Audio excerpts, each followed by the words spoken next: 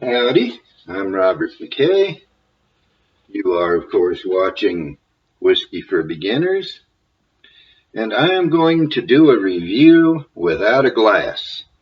I've never done that before. I probably never will after, but I will explain why as we go. This is Buffalo Trace White Dog, mash number one, and Buffalo Trace has mash number one, mash number two, a wheated mash bill, and I know there's a fourth one, and I believe it's what they call their high rye mash bill. They don't tell you what's in all of them. Now you can go online and you can look up the mash number one and see what people believe it is, but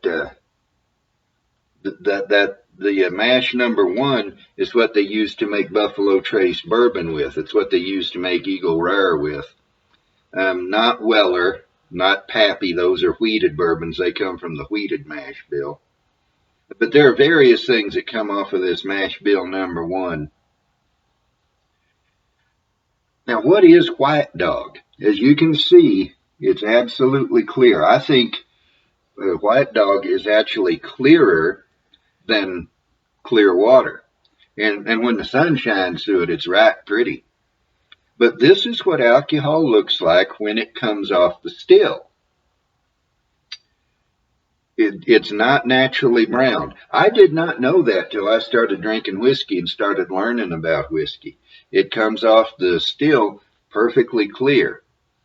Now, some people call it new make. And maybe I shouldn't do that. That's what Daniel Whittington calls it, of the Whiskey Vault. And I like his videos pretty much. Not everything that he talks about, not all the whiskeys he talks about, interest me, partly because I've never heard of them, partly because they're way above my budget. But that's what he calls it, new make. Some people might just call it distillate. I'm a country boy. I'm a southern country boy. Some of my daddy's people, if they didn't make liquor, they probably drank it. And so to me, it's White Dog. That's what they call it here, White Dog. And this is 125 proof, which is the maximum legal proof you can put whiskey into the barrel.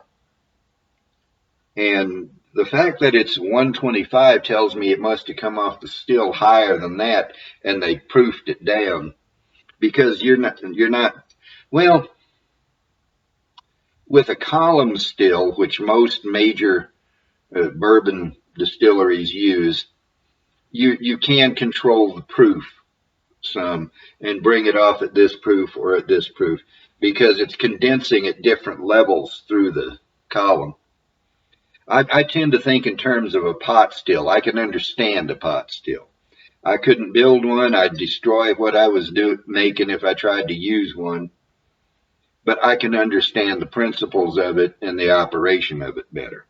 But on a column still, maybe they're able to bring it off at right around 125 to begin with. But anyway, this is their White Dog. And there's a reason, as I said, why I'm not going to use a glass. When I put this stuff in a glass, it smells like it's rotting.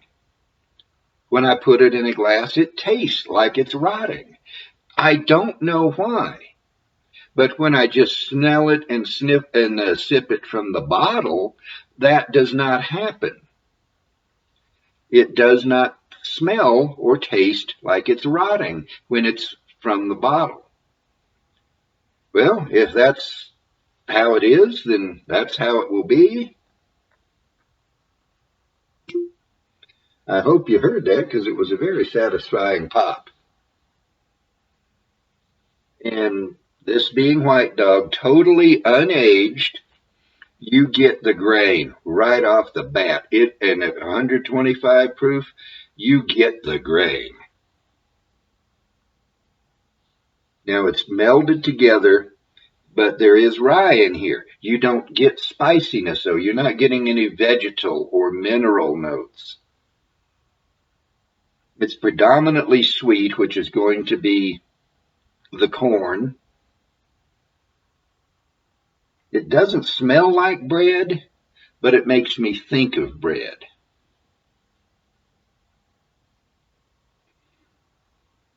And it's hard to differentiate the three different grains because that corn sweetness is so predominant. But it's not entirely sweet. There is something else in there way down under, just faint, that lets me know it's not 100% corn. It is not at all complex. All you're getting here, the only notes you're getting, come from the grain itself. There's no barrel involved. So this is not a complex thing.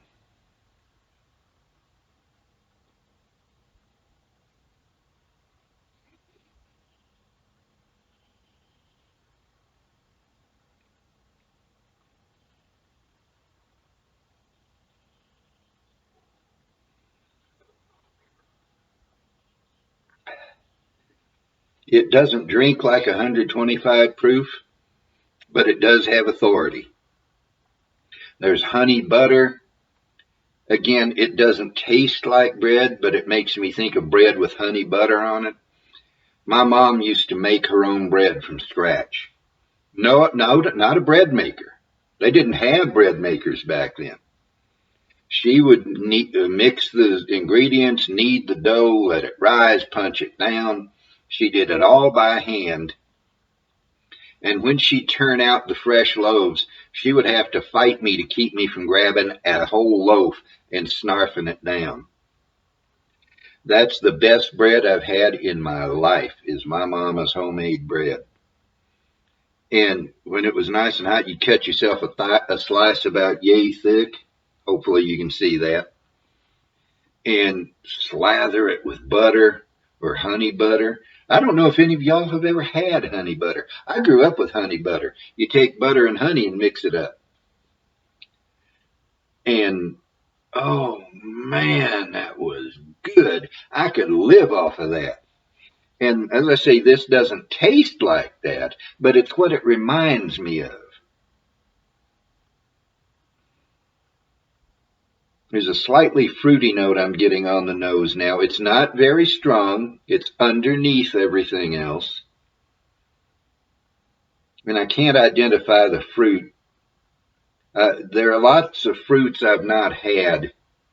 For some reason, pawpaw comes to mind. I have never had a pawpaw. So I could be absolutely, totally wrong. I'm an adopted Southerner. All my heritage is Southern. I'm the first person in my family who, on my daddy's side at least, who was not born in the South all the way back to 1799. But I'm an adopted Southerner, so there's a lot of Southern experiences I haven't had. And my Southern living has all been Texas and Oklahoma, and I've never even seen a pawpaw. Maybe persimmon is what I'm thinking. I have had persimmons, but I've never tried a store-bought one because a persimmon is not ready to eat until it's really soft and mushy, which means if you buy a store-bought one, they picked it before it was actually ripe. Yeah, and there's definitely corn in there. I can smell the corn now. But it's definitely not complex. What I'm picking out is all that the grain gives me.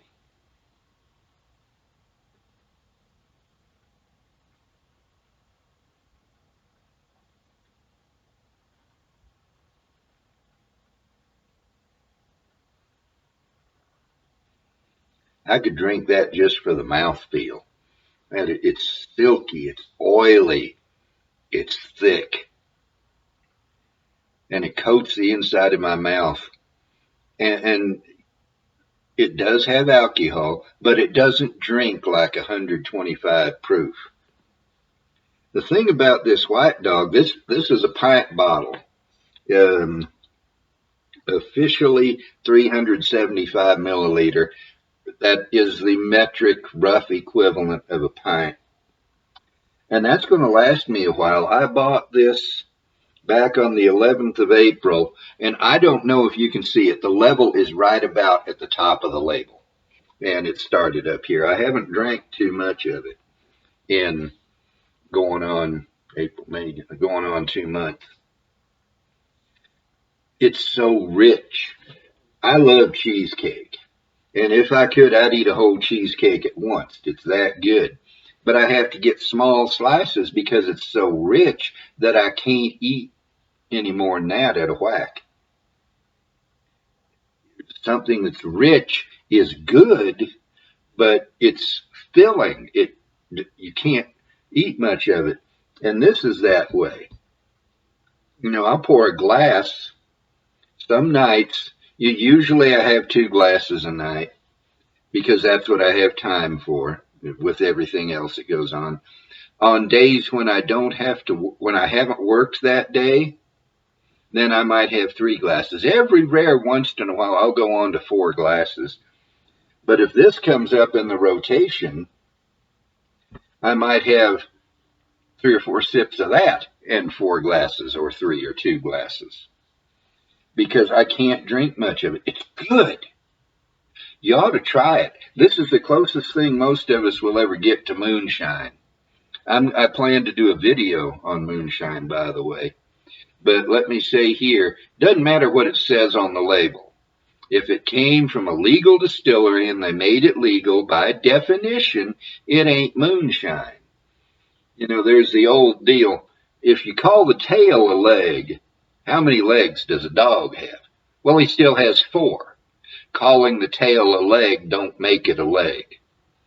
You can't change what a thing is just by calling it something different. Granite is granite no matter how much you call it sandstone. Up is up. And you can say it's down all day, it's still up.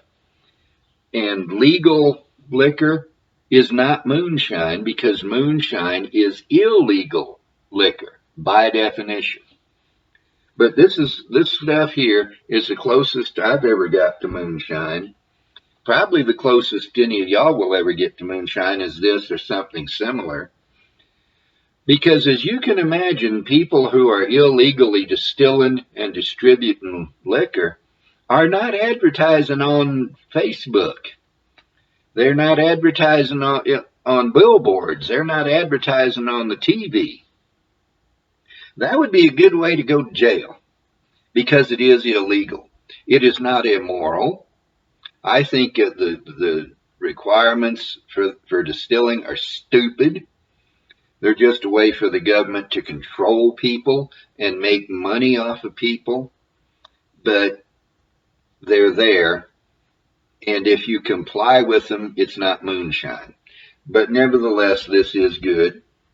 I don't have a glass because I drank from the bottle. So an imaginary glass, here's how.